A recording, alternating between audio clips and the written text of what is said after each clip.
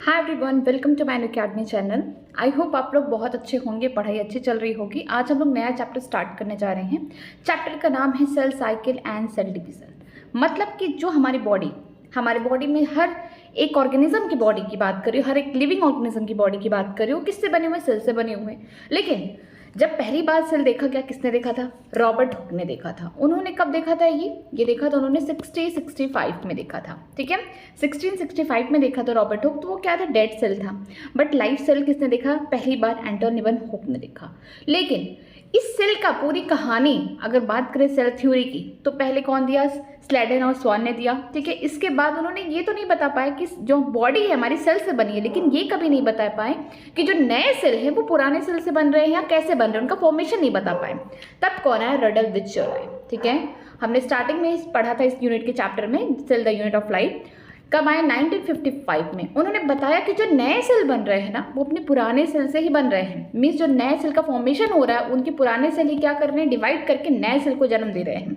तभी उन्होंने कहा था ओमनी सेल्युलर ई सेल्युलर, मतलब कि जो नए सेल हैं वो किससे बने? पुराने प्री एग्जिस्टिंग सेल से बन रहे हैं। और इस चैप्टर में हम लोग पूरा डिटेल स्टडी करेंगे किस तरीके से एक सेल पूरी अपनी साइकिल चलाता है और अल्टीमेटली क्या होता है? डिवाइड हो जाता है। मान लीजिए कोई पेरेंट सेल है। ठीक है, देखिए कोई भी सेल अगर अपने आप को डिवाइड करना है, उसको सेल डिवीजन करना है, तो उसमें क्या होगा? ग्रोथ होगा और बहुत बढ़ के ग्रोथ होगा। साइटोप्लाज्म वगैरह क्या हो जाएंगे? बहुत बढ़ जाएंगे। उनमें ग्रोथ होगा, कंटिन्यूअस ग्रोथ होगा जब तक कि सेल डिवाइड ना हो जाए। तो सेल को डिवाइड करने के लिए सबसे पहले क्या करना है? सेल को ना पूरी तरीके से, ये मान लीजिए एक नॉर्मल सेल है, इसको ग्रो कराना। खूब बड़ा सा सेल हो गया। ठीक है, यहाँ पे क्या हो रहा है? सेल का ग्रोथ हो रहा है। यहाँ पे जब सेल का ग्रोथ हो रहा है तो आप देख रहे हैं कि जो साइटोप्लाज्म है वो ज़्यादा हो गया। और ग्रोथ जो होता है ये कंटिन्यूअस प्रोसेस है। ऐसा नहीं है कि थोड़े टाइम बाद ये रुक जाएगा, नहीं, ये तब तक नहीं रुकेगा जब तक कि सेल डिवाइड ना हो जाए। आगे क्या होगा? यही सेल की जो न्यूक्लियस है, अब अंदर क्या हो जाएंगे? डिवाइड कर जाएंगे। और डिवाइड करने के बाद दो सेल डॉटर सेल में डिस्ट्रीब्यूट हो जाएंगे। कोई भी सेल अगर डिवाइड कर रहा है तो इसका मतलब उसका जो न्यूक्लियस और साइटोप्लाज्म का जो रेशियो है वो डिस्टर्ब हो चुका है। इनका जो रेशियो है डिस्टर्ब हो चुका है। पहले सेल छोटा था, ठीक है, तो उसका न्यूक्लियस उसे पूरा कंट्रोल कर पा रहा था, उसके अंडर में सब कुछ था। लेकिन अगर यही साइटोप्लाज्म बढ़ जाए तो ये न्यूक्लियस को कंट्रोल करना भी थोड़ा सा मुश्किल हो जाएगा। अब यहाँ पे जो न्यूक्लियस और यहाँ पे बोल सकते हैं साइटोप्लाज्म का रेशियो था, यहाँ पे इक्वली था, कोई दिक्कत नहीं था। न्यूक्लियस खुशी खुशी अपने पूरे सेल को कंट्रोल कर पा रहा था। लेकिन अब क्या हो रहा है? जो साइटोप्लाज्म है वो इंक्रीज हो रहा है और न्यूक्लियस तो उतना बड़ा ही है।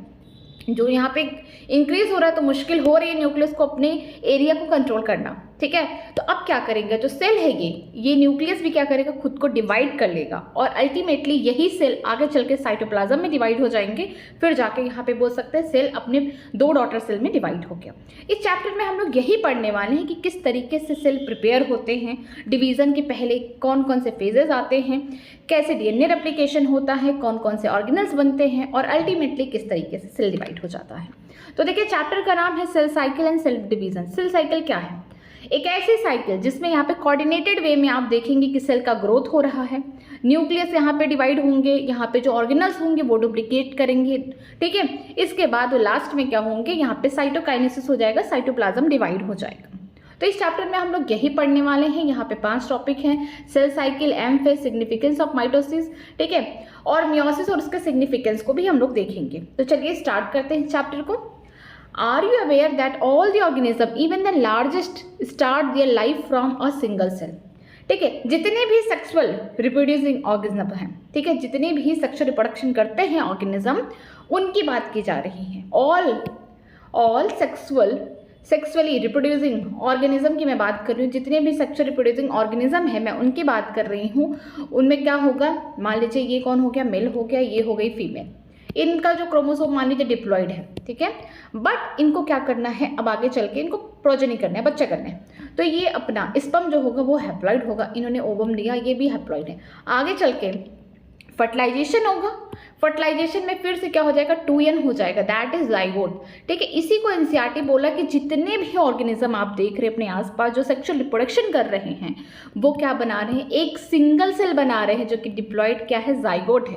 और इसी डिप्लॉयड जाइगोट में क्या होगा? इसी जाइगोट में होगा माइटोसिस होगा, इसमें डिफरेंशिएशन होगा, फिर आगे चल के जो भी ऑर्गेनिज्म होगा वही बनेगा। कुत्ते का बच्चा कुत्ता बनेगा, बिल्ली का बच्चा बिल्ली बनेगा, ठीक है, ह्यूमन का बच्चा ह्यूमन ही रहेगा। तो इसी तरीके से बोल रहा है एनसीईआरटी कि जितने भी ऑर्गेनिज्म है, जितने भी सेक्सुअली रिप्रोड्यूसिंग ऑर्गेनिज्म की बात कर रही हूँ, वो उनके जो सिंगल सेल है, बात कर रहे हैं जाइगोट के बारे में। जाइगोट कैसा है? एक सिंगल सेल है जो डिप्लॉयड स्ट्रक्चर है, इसी से पूरे ऑर्गेनिज्म की बॉडी बनी है। You may wonder how a single cell that goes on to form a such a large organism। क्या आप सोच सकते हैं कि एक छोटा सा सेल, एक जो डिप्लॉयड सेल है, इससे हमारा पूरा बॉडी, पूरा शरीर कैसे बन रहा है? एक बच्चा है इतना बड़ा, मान लीजिए, उसका स्ट्रक्चर कैसे बन रहा है, पूरा कैसे पूरा स्ट्रक्चर हो रहा है? बिल्कुल, क्योंकि सेल डिवाइड कर रहे हैं। जब सेल डिवाइड कर रहे हैं, ढेर सारे सेल बन रहे हैं बॉडी में, तो कहीं ना कहीं उसके बॉडी में बोल सकते हैं जो ऑर्गन है, फिर ऑर्गन सिस्टम, ये सारी चीज़ें धीरे धीरे बनती हुई जा रही है और फिर एक ऑर्गेनिज्म का निर्माण हो रहा है। ऐसा नहीं होता कि यहाँ पे फर्टिलाइजेशन हो गया, फर्टिलाइजेशन के बाद सीधे एम्ब्रियो बन जाए, ऐसा नहीं होगा। यहाँ पे जाइगोट बनेगा, एम्ब्रियो, जाइगोट से एम्ब्रियो तक क्या होगा? माइटोसिस लगातार होता रहेगा। यहाँ पे 2 सेल से यहाँ पे फटाफट 4, 5, 8 इस तरीके से हमेशा सेल डिवाइड करते रहेंगे, लगातार डिवाइड करते रहेंगे माइटोसिस में, फिर जाके एम्ब्रियो बनेगा। और जब सेल बन गए, सेल डिवाइड किए, फिर आगे टिश्यू बनेंगे, धीरे धीरे ऑर्गन बनेंगे, ऑर्गन सिस्टम, एक ऑर्गेनिज्म का निर्माण हो जाएगा। ठीक है, आगे देखते हैं। यहाँ पे growth and reproduction are the characteristic of the cell indeed in all the living organism. जो ग्रोथ है, रिप्रोडक्शन है, ये क्या है? कैरेक्टरिस्टिक है सभी सेल का। ऐसा क्यों कहा गया है?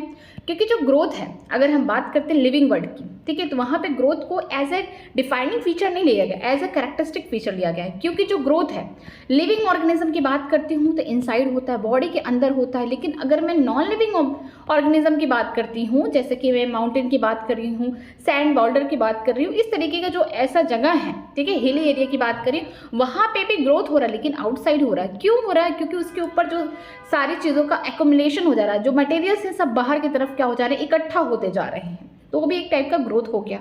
तो इसीलिए बोला गया है कि ग्रोथ और रिप्रोडक्शन। रही बात रिप्रोडक्शन की, तो ज़रूरी नहीं है कि जितने लोग कपल हैं सब रिप्रोडक्शन कर ही पा रहे हैं। ठीक है, जैसे कि एग्जाम्पल दिया गया था स्टेराइल हनी बी, जो हनी बी था वो भी नहीं कर पा रहे थे। मेल की बात कर रही हूँ, ठीक है। इसके अलावा मैं बात करूँगी कि स्टेराइल हनी बी के बाद, इसके बाद जो कुछ ह्यूमन की बात करें, जो कपल हैं, शादी कर लिए, उसके बावजूद भी ये क्या है? इनफर्टाइल हो गए हैं। इसके अलावा मैं बात करती हूँ म्यूल की, ठीक है, म्यूल, ये भी क्या है? स्टेराइल है, ये भी रिप्रोडक्शन नहीं कर सकता है। तो इसमें आपको देखने को मिलेगा कि जो ग्रोथ है, रिप्रोडक्शन है, ये कैरेक्टरिस्टिक फीचर है सेल का।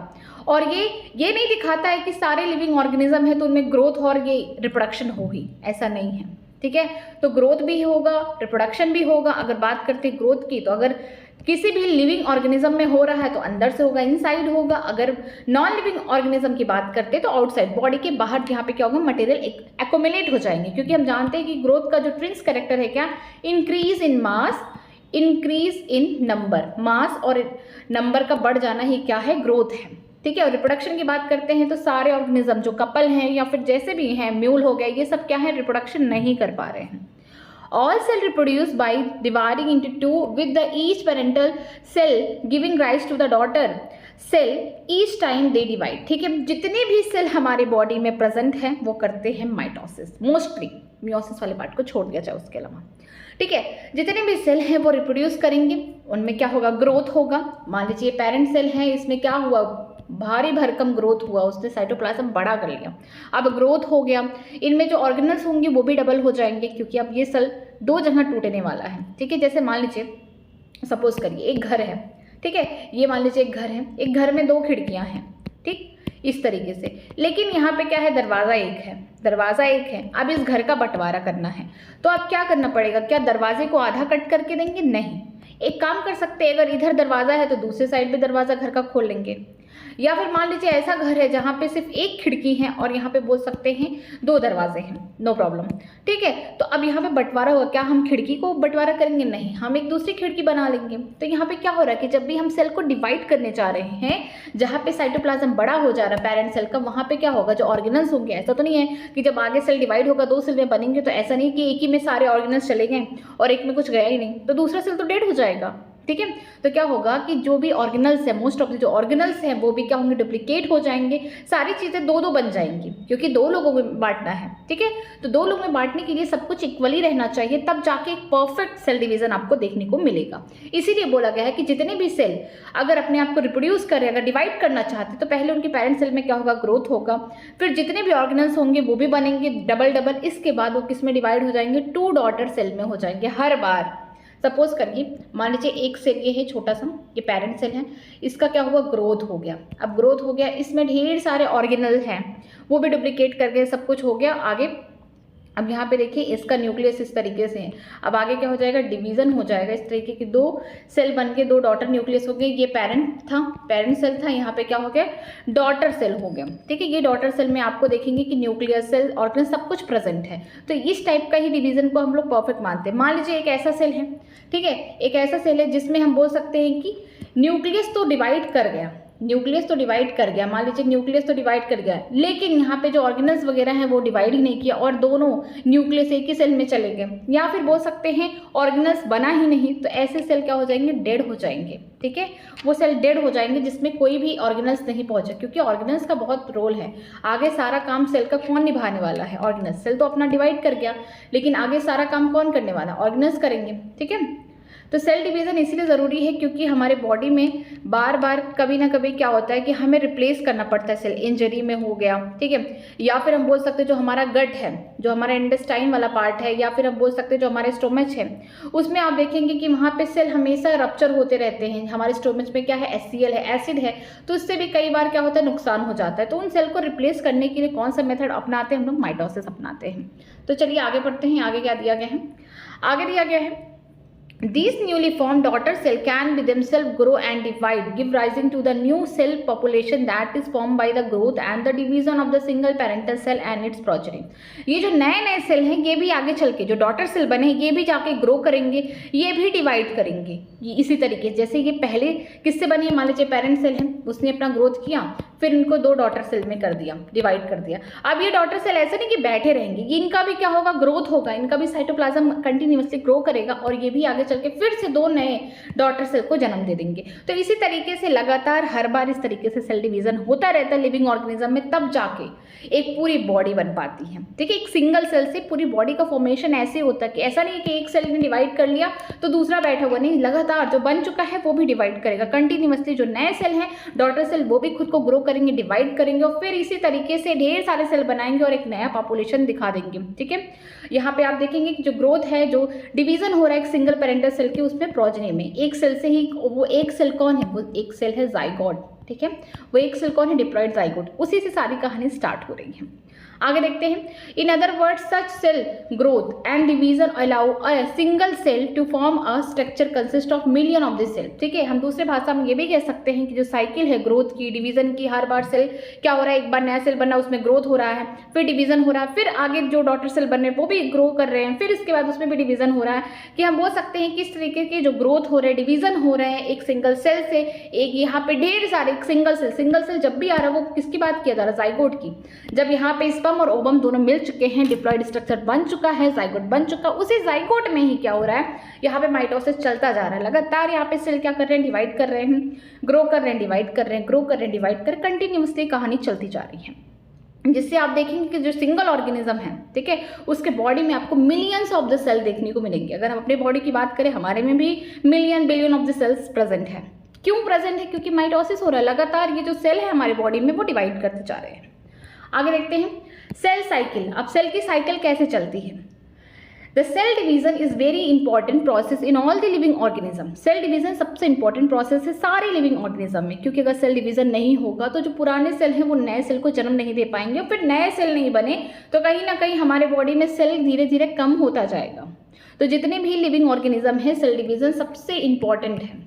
During the division of the cell DNA replicated and cell growth also take place. जब भी डिवीजन हो रहा है सेल का उस समय क्या होगा, डीएनए का रेप्लिकेशन होगा। डीएनए भी 2 बनेंगे न्यूक्लियस के अंदर, जो यहाँ पे न्यूक्लियस डिवाइड कर रहा है, कैरोकेनेसिस हो रहा, उसके अंदर पे डीएनए भी 2 बनेंगे, क्योंकि आपको एक सेल को एक ही घर का बंटवारा दो लोगों में करना है, तो ऐसा नहीं है कि एक में आपने डीएनए भेज दिया दूसरे में कुछ नहीं भेज रहे हैं, ऐसा भी नहीं करना है, पार्शियलिटी नहीं दिखानी है।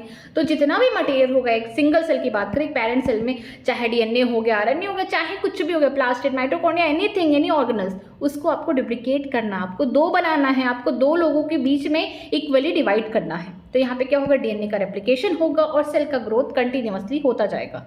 ठीक है, all these processes, that is cell division, DNA replication and cell growth, hence have to be take place in the coordinated way to ensure the correct division and the formation of the progeny cell containing intact genome। क्या होता है, ऐसा नहीं है कि पहले DNA बन गया फिर सेल डिवाइड हो गया फिर ये हो रहा है, ऐसा नहीं होगा, एक कोऑर्डिनेटेड वे में होगा। ठीक है, जो सेल का ग्रोथ होगा वो तो कंटिन्यूअसली होगा, हमेशा होता जाएगा। ठीक है, ये कंटिन्यूअसली होता जाएगा सेल का ग्रोथ। ठीक, यहाँ पे सबसे पहले क्या हो जाएगा, सेल का ग्रोथ होगा सबसे पहले। सेकंड नंबर पे क्या होगा, डीएनए रेप्लिकेशन होगा, डीएनए के रेप्लिकेशन होंगे। और इसके साथ साथ जहाँ पे डीएनए का रेप्लिकेशन होगा एस फेज में, उस फेज में क्या होगा, जो सेंट्रोसोम होंगे वो भी क्या होंगे, जो सेंट्रियोल होंगे वो भी डुप्लीकेट कर जाएंगे साइटोप्लाज्म में। डीएनए कहाँ प्रेजेंट है, न्यूक्लियस में, तो न्यूक्लियस के अंदर यहाँ पे डीएनए डबल हो जाएंगे, उनका अमाउंट डबल हो जाएगा। क्रोमोसोम नहीं डबल होगा, डीएनए का अमाउंट डबल होगा, ये इंपॉर्टेंट है। ठीक है, जो सेंट्रियोल है ये कहाँ प्रेजेंट है, साइटोप्लाज्म में प्रेजेंट है, ये भी अपने आप को डुप्लीकेट कर लेंगे इस फेज में। जो भी ऑर्गेनल्स हैं ये भी डुप्लीकेट करेंगे। इसके अलावा जो हिस्टोन प्रोटीन है ये सब सारी चीज़ें बनेंगी, लेकिन एक कोऑर्डिनेटेड वे में। तो सबसे पहले क्या होगा, सेल का ग्रोथ होगा, उल्टा चलिएगा क्योंकि एनसीईआरटी में आगे पीछे सब दे दिया है। जो कोऑर्डिनेटेड वे जो होगा इसमें देखिए, सबसे पहले क्या होगा, सेल का ग्रोथ होगा, दूसरा क्या होगा, डीएनए रेप्लिकेशन होगा, उसी में ऑर्गेनल्स वगैरह भी यहाँ पे हो जाएंगे, डुप्लीकेट कर जाएंगे। फिर लास्टली क्या होगा, अल्टीमेटली क्या होगा, सेल का डिवीजन होगा। ये क्या है, कोऑर्डिनेटेड वे है। पहले सेल का ग्रोथ होता रहेगा कंटिन्यूअसली, जब यहाँ पे सेल डिवाइड करने से पहले कंटिन्यूअसली जो भी G1 देखेंगे हम लोग, एस फेज देखेंगे, G2 फेज देखेंगे, सब में क्या होगा, सेल का ग्रोथ होता रहेगा। आगे देखते हैं, आगे लिखा गया है the sequence of the event by which all the cell duplicate its genome synthesis of the other constraint of the cell and eventually divided into two daughter cell is called cell cycle. Cell cycle है क्या, ठीक है, cell cycle में क्या होता है कि एक सीक्वेंस है कि जो सेल डिवाइड करने जा रहा है एक कोऑर्डिनेटेड वे में डिवाइड करेगा। यहाँ पे सेल में डुप्लीकेशन होगा, उसके जीनोम में, जीनोम का मतलब उसके डीएनए में बात की जा रही है, उसमें डुप्लीकेशन होगा, सिंथेसिस होगा नए नए ऑर्गेनल्स का। मान लीजिए माइटोकॉन्ड्रिया एक ही था पेरेंट सेल में, लेकिन उसको फिर से दोबारा तो बनाना है, दो लोगों में डिवाइड करना है, तो आपको हर चीज़ को दो दो बार करना पड़ेगा। ठीक है, तो यहाँ पे क्या होगा, और भी जो भी ऑर्गेनल्स हैं वो भी क्या होंगे, डुप्लीकेट होंगे। ये फिर इस तरीके से जब सारी चीज़ें बन जाएंगी, पूरा जो मटेरियल बन जाएगा, ठीक है, सेल के अंदर, फिर अल्टीमेटली क्या होगा, न्यूक्लियस भी यहाँ पे डिवाइड कर लिया गया है। अल्टीमेटली क्या होगा कि साइटोकाइनेसिस होगा। ठीक है, पहले कैरोकाइनेसिस होता है, मीन्स यहाँ पे न्यूक्लियस डिवाइड करते हैं, और लास्ट में क्या होता है, साइटोकाइनेसिस होता है। यहाँ पे साइटोप्लाज्म डिवाइड हो जाएंगे, एक पेरेंट सेल अब पूरी तरीके से दो छोटे छोटे डॉटर सेल में डिवाइड हो चुका है। इसी को हम सेल साइकिल कहते हैं। Although cell growth in term of the cytoplasmic increases is continuous process। अगर हम बात करते हैं सेल ग्रोथ की, तो सेल का ग्रोथ के बारे में जो मैं बार बार बोल रही हूँ क्या है, साइटोप्लाज्म में ग्रोथ होना, साइटोप्लाज्म बड़ा होते जा रहा है, ये कंटिन्यूअस प्रोसेस है। DNA synthesis occur only during one specific stage in the cell cycle. जो डीएनए का रेप्लिकेशन होगा बस एक बार होगा, जब भी डिवीजन होगा बस एक बार होगा, वो भी कब होगा, इंटरफेज के यस फेज में होगा। ठीक है, न्यूक्लियस के अंदर यहाँ पे डीएनए अपने आप को डुप्लीकेट करेंगे।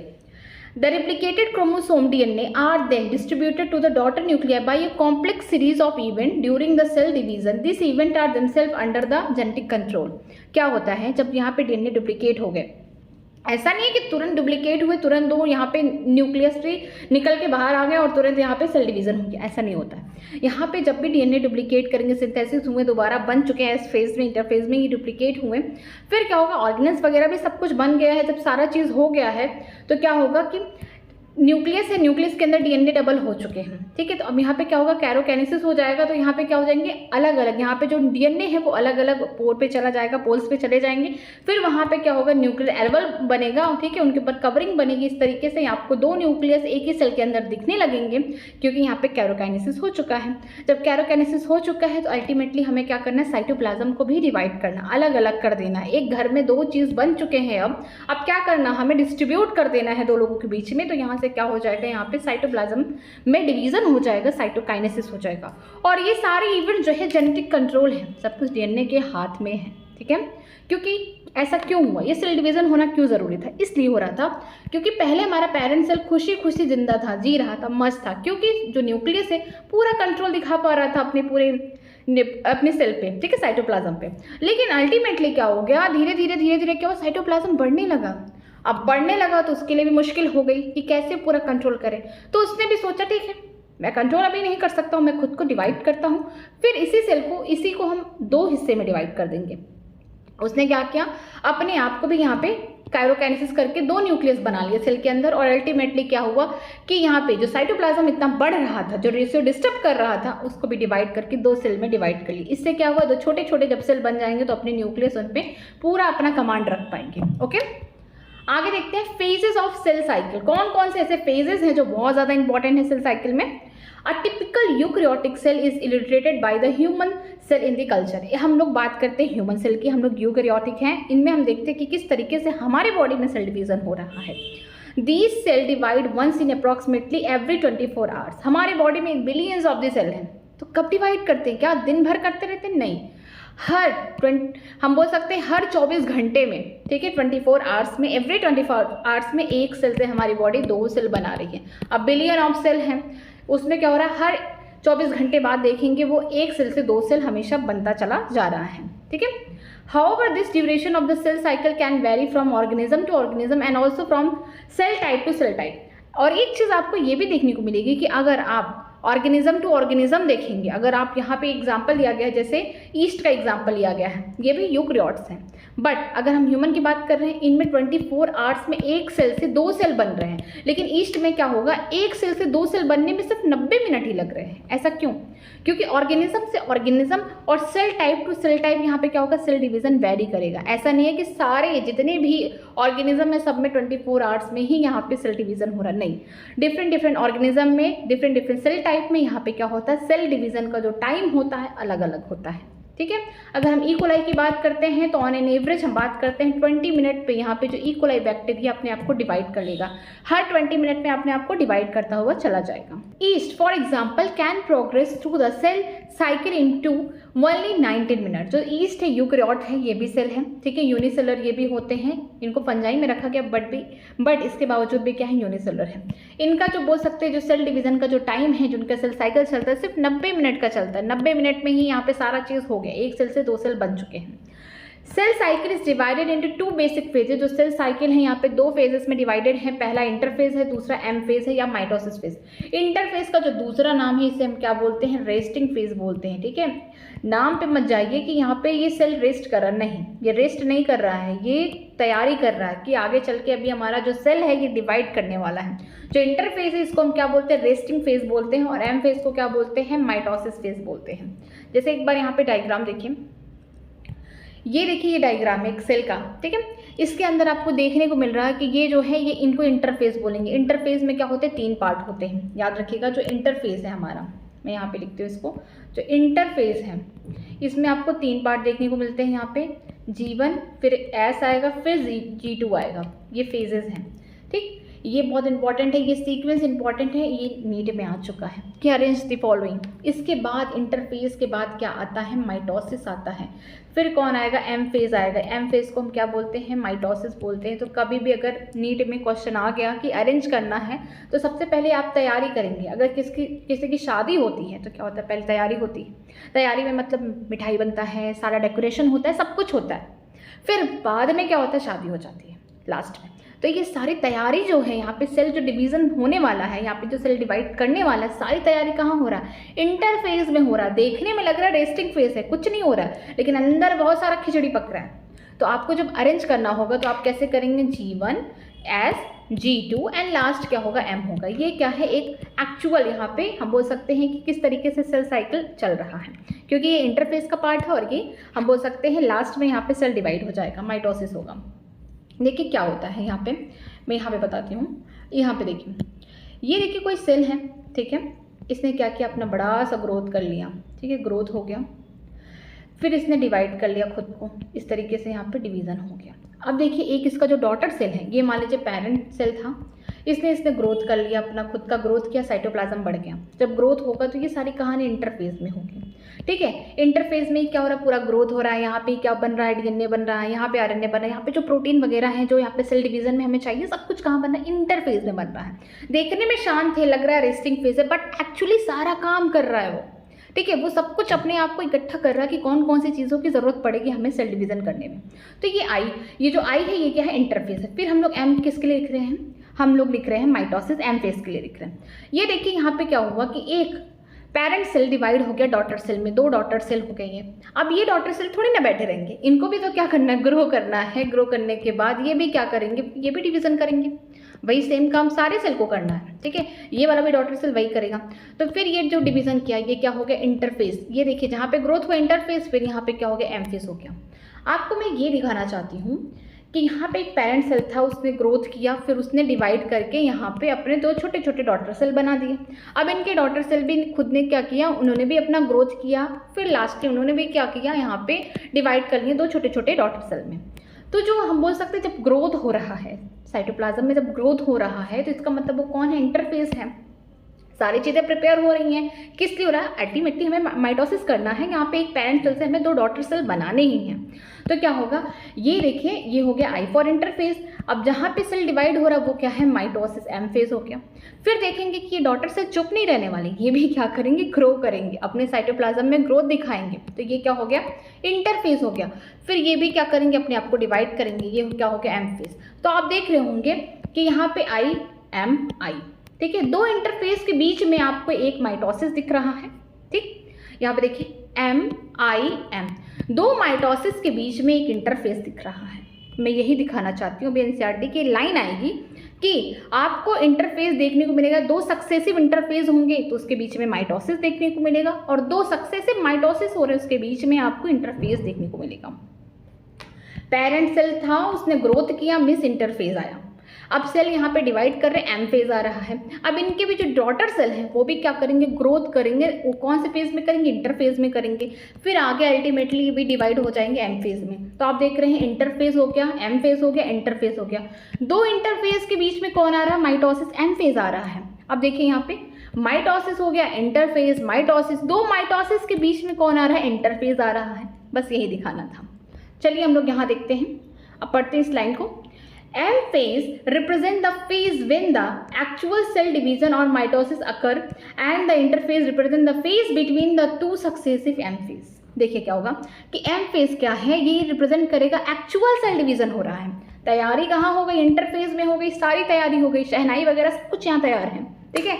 अब शादी करानी तो M phase में, यहाँ पे अलग कर रहे हैं हम लोग। तो यहाँ पे देखेंगे कि जो इंटरफेज है, ठीक है, ये जो इंटरफेज है इसमें सारी जो भी सेल को ज़रूरत है, एक सेल से 2 सेल को डिवाइड करना है, जितने भी ऑर्गेनल्स हो गए, जो भी मोस्टली जो सारी चीज़ें हैं बनना है, वो सब कब बनेंगे, इंटरफेज में बनेंगे। रेस्टिंग फेज वैसे झूठी नाम लिख दिया गया, लेकिन रेस्ट वेस्ट नहीं करता, सारा काम यही करता है, ठीक है। अब एक्चुअली सेल को डिवाइड करना है, एक पेरेंट सेल से डॉटर सेल में जाना है, तो कहाँ होगा, एम फेज में होगा, माइटोसिस में होगा। तो यहाँ पे यही लिखा गया जो एम फेज है वो रिप्रेजेंट कर रहा है वो फेज एक्चुअल जहाँ पे सेल डिवीजन हो रहा है, जहाँ पे माइटोसिस हो रहा है, जहाँ पे पेरेंट सेल क्या कर रहे हैं, अपने 2 डॉटर सेल में डिवाइड हो रहे हैं। ये एक्चुअल क्या है, माइटोसिस है। अब देखते हैं जो इंटरफेज है ये रिप्रेजेंट कर रहा है फेज, 2 एम फेज के बीच में। आपने यहाँ पे भी देखा वही सेम इंटरफेज है, जहाँ पे पूरा सब कुछ बन चुका है, डीएनए बन चुका है, सेंट्रियोल बन चुका है, मोस्ट ऑफ द ऑर्गेनल्स बन चुके हैं, जितने प्रोटीन की जरूरत है सब कुछ बन चुका है, ठीक है। अब यहाँ पे क्या हो रहा है, डॉटर सेल में भी उनको डिवाइड करना, हमने डॉटर सेल में भी डिवाइड कर दिया, यहाँ पे माइटोसिस हो गया। फिर यहाँ पे जो डॉटर सेल हैं वो भी अपना ग्रोथ करेंगे, वो भी सारी चीज़ें बना लेंगे। तो कब बना रहे हैं, इंटरफेस में बनाएंगे, जब वो बहुत शांत दिख रहे हैं लेकिन सारी चीज़ें बना रहे हैं अंदर, ठीक है। फिर यहाँ पे क्या हो रहा है, सेल डिवीजन हो रहा है, तो वो कौन होगा, एम फेज। तो आप देख रहे हैं ना कि 2 इंटरफेस के बीच में एक एम फेज आ रहा है, ठीक है, और 2 एम फेज के बीच में इंटरफेस आ रहा। तो यहाँ पे एनसीईआरटी यही लिखा हुआ है कि देखिए कि जो इंटरफेस है वो रिप्रेजेंट कर रहा है 2 फेजेस, 2 एम फेज के बीच में इंटरफेस आ रहा है, 2 माइटोसिस के बीच में एक इंटरफेस आएगा। ये भी लिख सकता है लाइन एनसीईआरटी में कि 2 इंटरफेस के बीच में एक माइटोसिस आ रहा है, ठीक है। It is significant to note that in 24 hour average duration of the cell cycle of the human cell division proper last for only about an hour, means 1 घंटा। The interphase last more than 95% of the duration of the cell cycle. बोला जा रहा है कि यहाँ पे जो हम लोग का ह्यूमन की बात कर रहे हैं, एक सेल हर 24 घंटे में 2 सेल में डिवाइड हो रहा है। एक पेरेंट सेल 24 आवर में क्या कर रहे हैं, 2 डॉटर सेल बना रहे हैं, सिर्फ 24 आवर्स में। लेकिन इसमें देखा जा रहा है कि जो एवरेज ड्यूरेशन 24 आवर है ह्यूमन सेल का डिवीजन का, यहाँ पे जो सेल का डिवीजन हो रहा है लास्ट में जो बोल सकते हैं माइटोसिस हो रहा है, वो 1 घंटे में हो जा रहा है। मतलब कि 23 आवर्स में क्या हो रहा है, रेस्टिंग फेज चल रहा है, प्रिपरेशन हो रही है कि इस तरीके से यहाँ पे सेल को हम 2 डॉटर सेल में डिवाइड करेंगे जो मटेरियल है।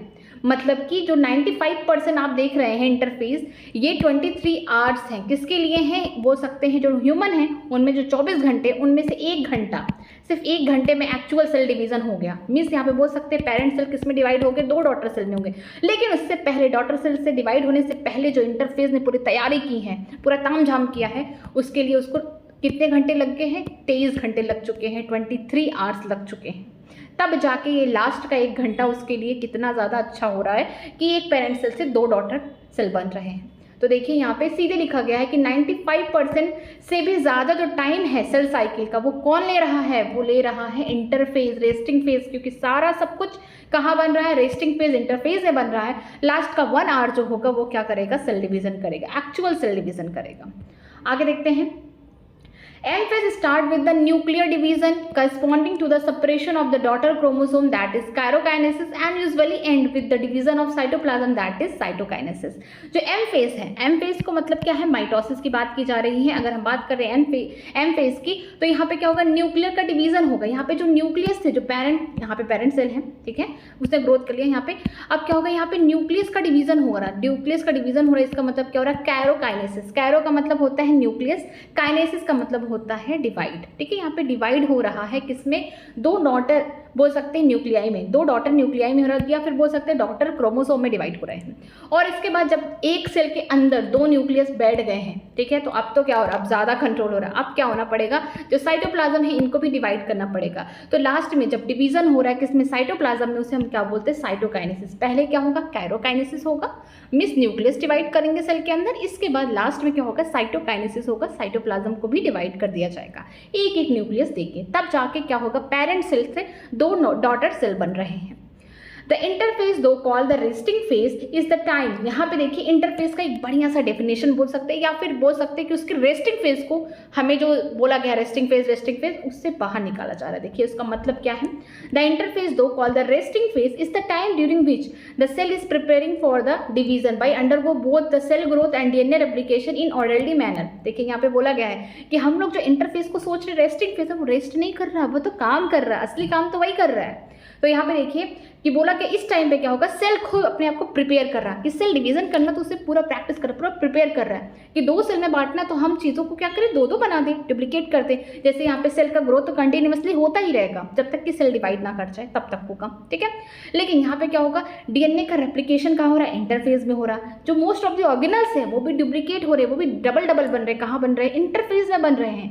एक्चुअल केवल सेल का डिवीजन हो रहा है। मान लीजिए ये बड़ा सा सेल है, इसमें सारे ऑर्गेनल्स, यहाँ पे न्यूक्लियस डिवीजन सब कुछ हो गया है। अब हमको डिवाइड करना, तो एम फेज खाली आएगा, वो क्या करेगा? एक बड़े से सेल को डिवाइड करके 2 डॉटर सेल बना देगा, ठीक है। सारी चीज़ें यहाँ पे इक्वली डिस्ट्रीब्यूट हो जाएगी, बस वो एम फेज का काम है, 1 घंटे का काम है ह्यूमन सेल में, ठीक है। तो यहाँ पे इंटरफेज में क्या होगा कि ये सेल पूरी तरीके से प्रिपेयर कर रहा है सेल डिवीजन के लिए। जो भी मटेरियल है, जो भी सेल में ग्रोथ हो रहा है, डीएनए का रेप्लिकेशन हो रहा है, सेंट्रियोल बन रहे हैं, डबल ऑर्गेनल्स बन रहा है, कि सारा कहानी कहाँ हो रहा है? इंटरफेज में हो रहा है। The interphase is divided into 3 further phases, जैसे कि G1 फेज हो गया, S फेज हो गया, G2 फेज हो गया, ठीक है। जो इंटरफेज है इनमें 3 फेजेस आते हैं, जैसे कि G1 फेज आएगा, एक सीक्वेंस में याद करना है, S फेज हो गया, सिंथेसिस फेज हो गया, और G2 फेज हो गया, ठीक है। मैं आपको दिखा रही हूँ कि मैंने भी पहले ही बताया था कि इंटरफेज है, इसके बाद M फेज आ रहा है, माइटोसिस हो रहा है, इंटरफेज में ही तो सारी तैयारी हो रही है, ठीक है। अब माइटोसिस हो रहा है, फिर इनके भी सेल क्या करेंगे? जो डॉटर सेल हैं वो भी क्या करेंगे? अपने आप को ग्रो कराएंगे, इंटरफेज आएगा, फिर आएगा एम फेज, ठीक है। अभी इंटरफेज के 3 पार्ट है, जैसे कि G1 होगा, S होगा, G2 होगा, ठीक है, S G2, ठीक है। यहाँ पे देखिए G1 हो गया एक सीक्वेंस में, फिर S होगा, G2 होगा, फिर आगे M, ठीक है। इंटरफेस को मैंने सीधे यहाँ पे तोड़ दिया उसके तीनों फेजेस में। आपको एक चीज़ देखने को मिल रहा होगा कि अगर मुझे S को डिफाइन करना हो, स्पेशली अगर मुझे S फेज को डिवाइड करना हो, तो वो G1 और G2 के बीच में है। अगर मुझे G2 फेज को डिवाइड करना होगा तो वो किसके बीच में आ रहा है? S और M फेज में आ रहा है। अगर मैं G1 फेज को डिफाइन करूँ, G1 फेज को अगर मुझे दिखाना है, ठीक है, ये जो G1 फेज है ये तो आई हो गया, ये तो G1, अगर इसकी बात करूँ तो M फेज के बाद क्या होगा? G1 होगा, फिर S होगा, फिर जाके G2 होगा। तो मुझे G1 फेज को यहाँ पे डिफाइन करना है, तो G1 फेज किसके बीच में आ रहा है? M फेज, मतलब माइटोसिस, और किसके बीच में आ रहा है? यहाँ पे सिंथेसिस हो रहा है, S फेज में आ रहा है, ठीक है।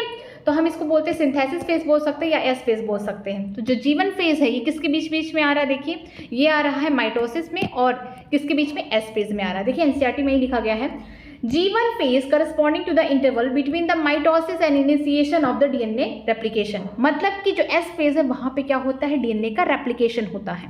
तो सीधे एनसीईआरटी लिख रहा है कि जो आप यहाँ पे लिख सकते हैं कि जो DNA का रेप्लिकेशन है सिर्फ एक जगह होता है, वो भी S phase में। यहाँ पे क्या होगा, DNA रेप्लिकेशन, ठीक है, DNA रेप्लिकेशन कहाँ होगा, ओनली ऑन S phase, ठीक है, यहीं पे होगा और कहीं नहीं होगा। तो आप देखिए अगर आपको एस फेज को डिफाइन करना है तो देखिए ये G1 और G2 के बीच में आएगा। अगर आपको G2 फेज को डिफाइन करना है तो यस और M के बीच में आ रहा है। अगर M फेज को डिवाइड करना है, मीन्स माइटोसिस की बात करेंगे, तो सीधे सीधे बोल सकते हैं दो इंटरफेस के बीच में माइटोसिस आ रहा है। अगर ऐसे नहीं दिया गया तो आपको ये भी बोल सकते हैं सीधे सीधे G2 और G1 फेज के बीच में कौन आ रहा है, माइटोसिस आ रहा है, ठीक है। ये इंटरफेस के पार्ट हैं G1 G2 S ये सब, ठीक है। अगर G1 की बात करते हैं तो ये माइटोसिस और S फेज के बीच में आ रहा है। तो इसीलिए एनसीईआरटी में लिखा गया है कि जो G1 फेज होता है एक ऐसा इंटरवल है, ये किसके बीच में आ रहा है, माइटोसिस, और जहाँ पे इनिशिएशन हो रहा है डीएनए रेप्लिकेशन, जो डीएनए का रेप्लिकेशन होता है सिर्फ और सिर्फ S फेज में होता है। आगे देखते हैं, during the G1 phase the cell is metabolically active and continuously growing but do not replicate this DNA. कि बोला गया कि जो G1 फेज है यहाँ पे जो सेल है वो मेटाबॉलिकली एक्टिव है, यहाँ पे मेटाबॉलिज्म चल रहा है, हाईली यहाँ पे सेल का ग्रोथ हो रहा है साइटोप्लाज्म का, बट एक चीज़ नहीं हो सकता, क्या नहीं हो सकता G1 फेज में, यहाँ पे डीएनए का रेप्लिकेशन G1 फेज में तो बिल्कुल नहीं हो सकता है।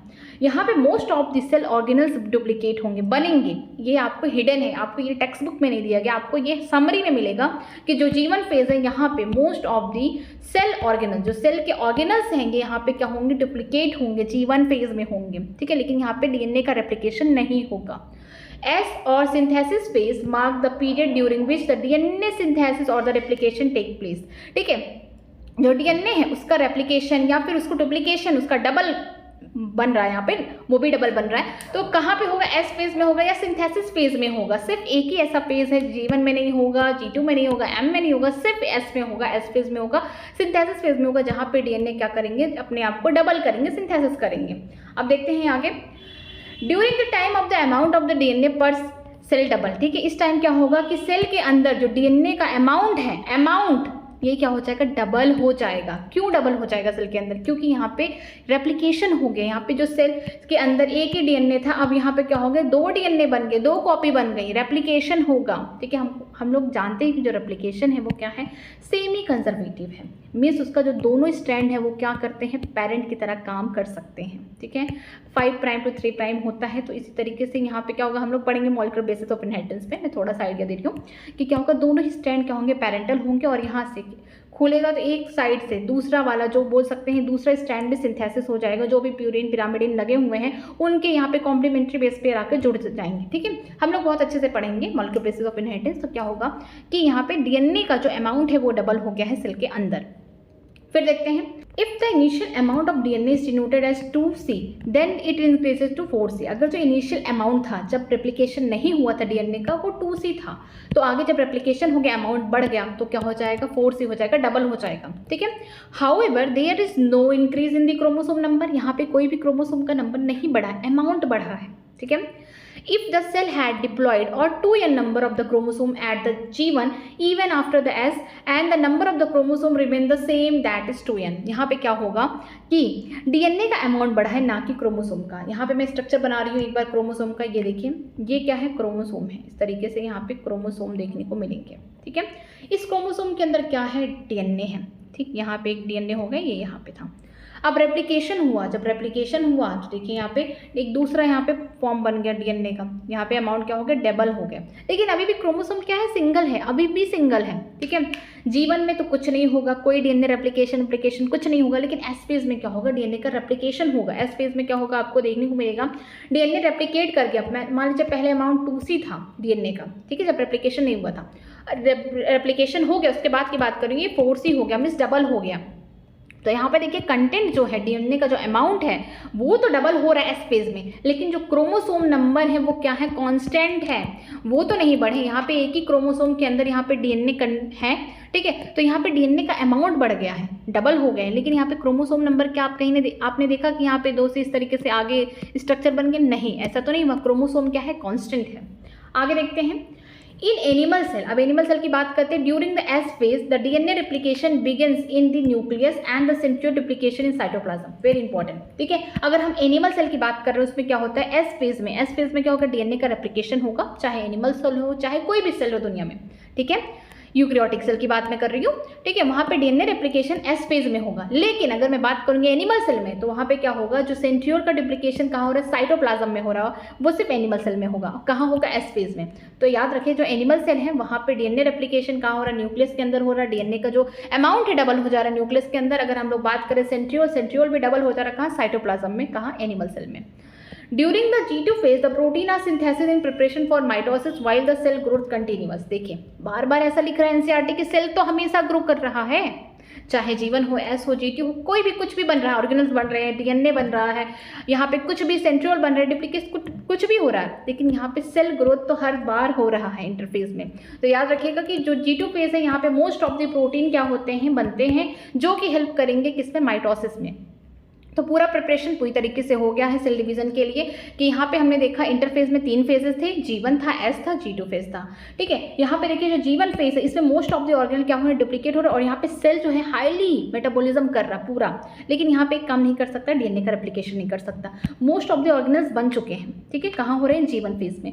फिर बात करूँ एस फेज में, एस फेज बहुत ज़्यादा इंपॉर्टेंट है, क्योंकि एक ही बार जब भी सेल डिवाइड करेगा सिर्फ एक बार ही क्या होगा, डीएनए का रेप्लिकेशन होगा, डीएनए का अमाउंट डबल हो जाएगा, लेकिन क्रोमोसोम नंबर कांस्टेंट रहेगा, जितना पहले था वो बाद में भी रहेगा। तो जो एस फेज है यहाँ पे क्या होगा, चाहे जितने भी यूकैरियोटिक सेल हैं उनकी बात करें, वहाँ पे डीएनए का रेप्लिकेशन न्यूक्लियस में होगा। लेकिन अगर मैं बात करूँ एनिमल सेल में तो यहाँ पे डीएनए का रेप्लिकेशन का हो रहा है न्यूक्लियस के अंदर होगा, लेकिन जो सेंट्रियोल का डुप्लीकेशन हो रहा है या फिर बोल सकते डबल हो रहा है, साइटोप्लाज्म में हो रहा है, एनिमल सेल में। फिर बात करती हूँ G2 फेज में। G2 फेज में क्या होता है, मोस्ट ऑफ द प्रोटीन क्या होते हैं यहाँ पे बनते हैं, जो क्या करेंगे, हेल्प करेंगे किसमें, माइटोसिस में, जिनकी जरूरत पड़ेगी ज़्यादा करके जो प्रोटीन है यहाँ बनते हैं। अगर बात करूँ हिस्टोन प्रोटीन की तो वो कहाँ बनते हैं, एस फेज में, जहाँ डीएनए बन रहा है वहाँ पे उनके प्रोटीन भी बन रहे हैं साथ में, हिस्टोन प्रोटीन, नॉन हिस्टोन सब कुछ कहाँ बन रहा है, एस फेज में बन रहा है। ठीक है, आगे देखते हैं। आगे यहाँ पे देखिए स्ट्रक्चर दिया गया है, एक बार सेल देख लेते हैं कि हमारा सेल साइकिल का स्ट्रक्चर है। ठीक है, कैसे साइकिल चलेगी, साइकिल का मतलब क्या होता है, एकदम एक के बाद एक सीक्वेंस, एक साइकिल के फॉर्म में चलेगा। ठीक है, तो सबसे पहले क्या आएगा, इंटरफेज आएगा, ऑफकोर्स इंटरफेज आएगा। ठीक है, ये देखिए ये क्या है, इंटरफेज है, और ये वाला जो फेज है एम फेज है। अब इंटरफेज जो है, अगर हम बात करते हैं ह्यूमन का, तो मोर देन 95%, ये 95% से भी ज़्यादा है, मोर देन 95% है ये।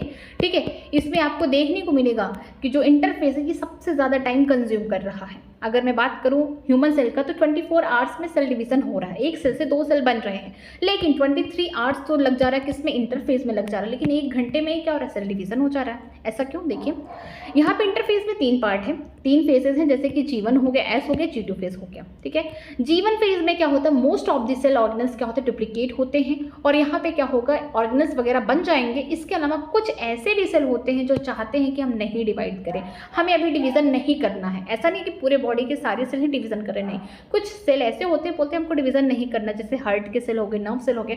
हम अपने हार्ट के सेल की बात कर रही हूँ मैं, तो ये क्या करते हैं, ये स्किप कर जाते हैं, इस सेल साइकिल से बाहर निकल जाते हैं, इसको बोलते हैं G0 या क्वासेंट बोलते हैं स्टेज। ठीक है, यहाँ पे भी क्या होता है, इस G0 स्टेज में या G0 फेज में हम बोलते हैं ये सेल अभी भी मेटाबॉलिक एक्टिविटी कर रहा है। ठीक है, ये अभी एक्टिव है, ऐसा नहीं कि डेड हो गया, कुछ हो गया, नहीं, वो एक्टिव है, लेकिन जब जरूरत पड़ेगी फिर यहाँ से वो आ जाएगा और सेल साइकिल में पार्टिसिपेट करके फिर से वो सेल डिवीजन कर सकता है। अगर मैं हार्ट सेल की बात करती हूँ तो ठीक है, ये क्या करते हैं, जनरली ये सेल डिवीजन नहीं करते, लेकिन जब जरूरत पड़ेगी ना तो ये क्या करेंगे, G0 में तो चले गए क्योंकि इनको नहीं काम करना है, इनको सेल डिवीजन नहीं करना है, लेकिन जब जरूरत पड़ी तो ये तुरंत आ जाएंगे, सेल साइकिल में पार्टिसिपेट कर लेंगे और फिर से इनमें भी वही सारी चीज़ें चलेंगी जो एक नॉर्मल सेल डिवाइड करता है। तो ये G1 फेज हो गया, जहाँ पे सारे मोस्ट ऑफ द ऑर्गेनल जो होते हैं यहाँ पे डुप्लीकेट होते हैं। एस फेज की बात करती हूँ, एक सिंथेसिस फेज है, यहाँ पे डीएनए का जो अमाउंट है डबल हो जाता है, डीएनए का यहाँ पे डुप्लीकेशन या रेप्लिकेशन होता है। अगर एनिमल सेल की बात करती हूँ, जो डीएनए है ये जो डबल हो रहा है वो न्यूक्लियस के अंदर हो रहा है, लेकिन जो साइटोप्लाज्म है वहाँ पे क्या हो रहा है, सेंट्रियोल वगैरह डबल हो रहे हैं। ठीक है, हिस्टोन प्रोटीन, नॉन हिस्टोन सब कुछ कहाँ बन रहा है, एस फेज में बन रहा है। G2 फेज की बात करते हैं, यहाँ पे मोस्ट ऑफ द प्रोटीन जो कि जरूरी है किसके लिए, एम फेज के लिए या फिर माइटोसिस के लिए, सब कहाँ बन रहे हैं, G2 फेज में बन रहे हैं। ठीक है, आगे देखते हैं एम फेज की बात करते हैं। एम फेज में यहाँ पे 4 पार्ट हैं, ठीक है। एम फेज में देखिए यहाँ पे इनके 4 पार्ट है। कौन है? प्रोफेज, मेटाफेज, एनाफेज, टेलोफेज, जिनको हम कल पढ़ेंगे, जहाँ पे हम देखेंगे किस तरीके से माइटोसिस हो रहा है। ये 4 फेजेस इनके हैं।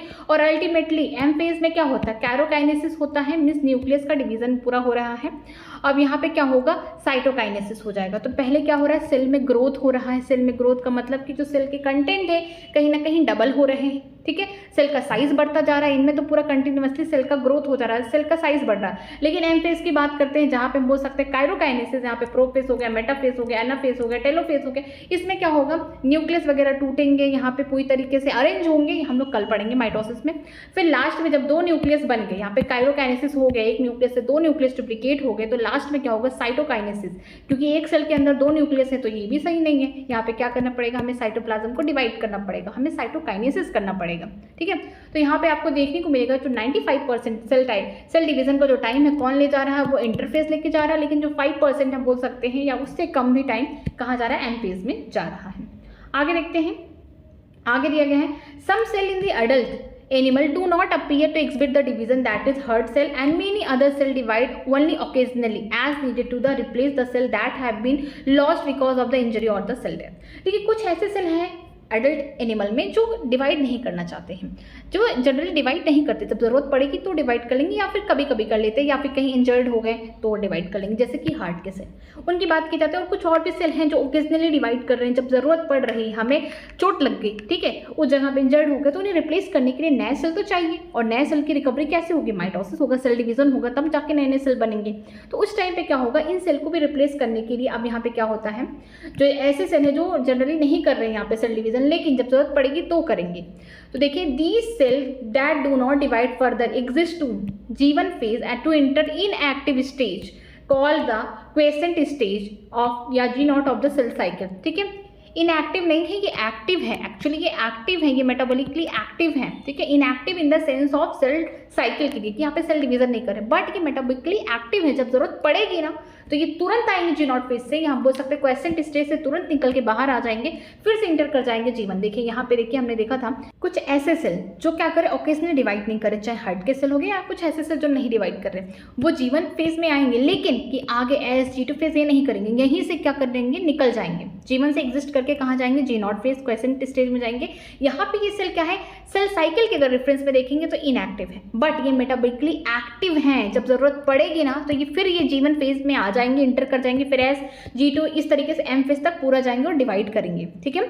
ये क्या करते हैं? ओकेजनली डिवाइड कर, जब जरूरत पड़ती है तब डिवाइड करते हैं। देखिए cell in this stage remain metabolically active but no longer proliferate unless called so on to do depending on the requirement of the organism, ठीक है। यहाँ पे बोला गया इनएक्टिव स्टेज, गलत बोल दिया गया है, यहाँ पे बोलना चाहिए था इनएक्टिव स्टेज इन द, अगर आप रेफरेंस में देख रहे हैं सेल साइकिल के, लेकिन वो जो सेल मरा तो थोड़ी ना है, उसके अंदर मेटाबॉलिज्म चल रहा है, वो तो जिंदा है ना। तो यहाँ पे जो सेल है इस स्टेज में G0 वाले फेज में, यहाँ पे क्या है? अभी भी मेटाबॉलिकली एक्टिव है, वो एक्टिव है। जब जरूरत पड़ेगी तो क्या करेंगे? वो अपने आप को डिवाइड करेंगे, ठीक है।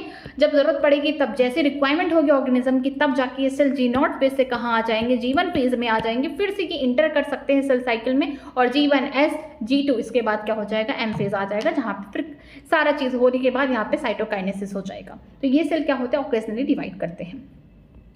इन animal the mitotic cell division only seen in diploid somatic cell. अगर एनिमल की बात करते हैं जो माइटोसिस हो रहा है, ये जो हमारे सोमैटिक सेल हैं, ठीक है, हमारे बॉडी के जितने भी जो भी हमारे गोनैड्स है, अगर हम बात करते हैं सेक्स ऑर्गन, ठीक है, उनके जो सेल हैं, मान लीजिए स्पर्म हो गए, ठीक है, ओवम हो गए, इनको छोड़ दिया जाए, बाकी जितनी भी जो सोमैटिक सेल है हमारी बॉडी में कैसे होती है? डिप्लॉयड होती हैं। इनमें जो सेल डिवीजन हो रहा है किसकी मदद से हो रहा है? माइटोसिस से हो रहा है।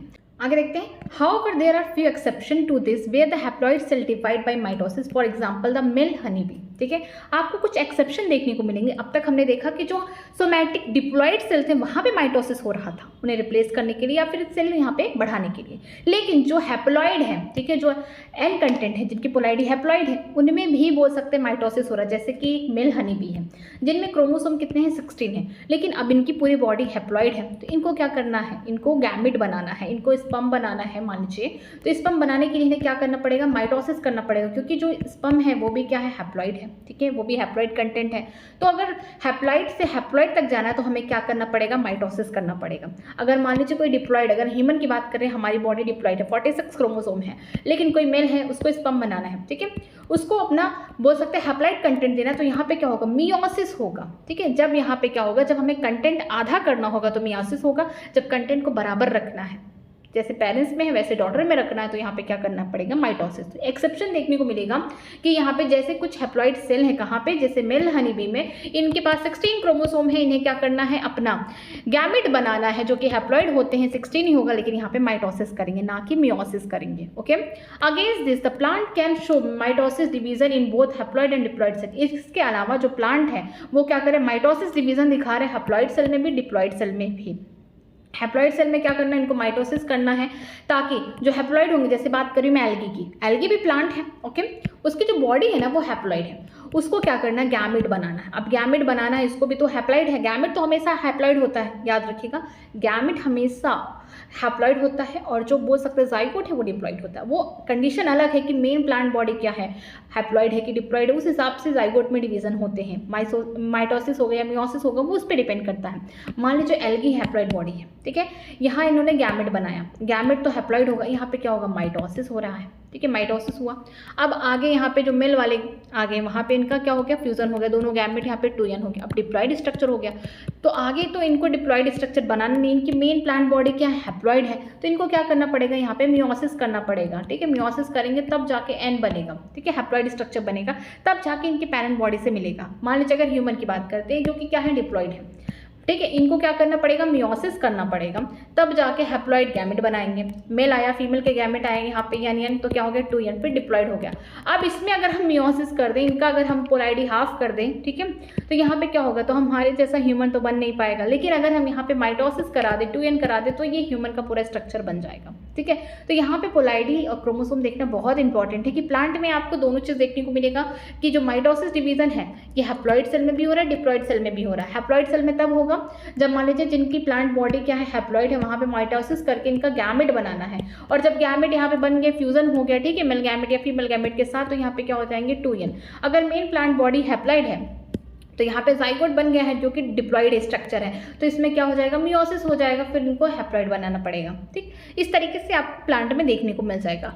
From your recollection of the example of alternation of generation in the plant, identify the plant species and state as with the mitosis is seen in the haploid cell, ठीक है। आप प्लांट जब पढ़ रहे थे प्लांट किंगडम में, आपने देखा अल्टरनेशन ऑफ जनरेशन था, कहाँ पे गैमेट बन रहे हैं, कहाँ पे जाइगोट बन रहे हैं, कहाँ पे हैप्लॉन्टिक लाइफ साइकिल थी, डिप्लॉन्टिक था, कहाँ पे हैप्लोडिप्लॉन्टिक था, ठीक है। हैप्लॉन्टिक लाइफ साइकिल का मतलब ये है कि जैसे एल्गी की बात कर रही हूँ, मोस्ट ऑफ द एल्गी की बात कर रही हूँ, सारे एल्गी की बात नहीं, मोस्ट ऑफ द एल्गी की बात कर रही हूँ मैं, उनमें क्या होता है, मेन प्लांट बॉडी हैप्लॉइड है। अब यहाँ पे जो भी डिप्लॉइड स्ट्रक्चर बन गया, मान लीजिए जाइगोट बन गया, उसमें क्या होगा, वहाँ पे मियोसिस होगा, तब जाके हैप्लॉइड होगा। अगर मैं बात करती हूँ एंजियोस्पर्म की, ठीक है, जिम्नोस्पर्म की, और एक एल्गी है जिसका नाम है फ्यूकस, जो ब्राउन एल्गी बहुत ज़्यादा फेमस है, ये डिप्लॉन्टिक लाइफ साइकिल शो करता है, ठीक है। इनका क्या है, 2n है, डिप्लॉन्टिक लाइफ साइकिल है, तो इनमें क्या होगा, 2n है, यहाँ पे पहले मियोसिस होगा, तब जाके गैमेट बन गया। अब जब गैमेट बन गए, यहाँ पे क्या होगा, फ्यूजन हो गया, फ्यूजन होकर 2n हो गए, आगे चल के फिर माइटोसिस हो जाएगा, ठीक। इस तरीके से क्या देखने को मिला था, हमें अल्टरनेशन ऑफ जनरेशन देखने को मिल रहा था।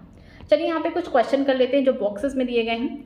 How do plant and animal continue to grow all the lives, बताइए कि जितने भी प्लांट एनिमल है क्या कंटिन्यूसली अपने ज़िंदगी भर में क्या डिवाइड करते रहते हैं? नहीं, प्लांट तो डिवाइड करता है, ठीक है, प्लांट के तभी तो हाइट इतनी बढ़ रही है, लेकिन जो एनिमल है वो कंटिन्यूसली डिवाइड नहीं करता, उसकी एक सर्टेन हाइट हो जाती है, ठीक है।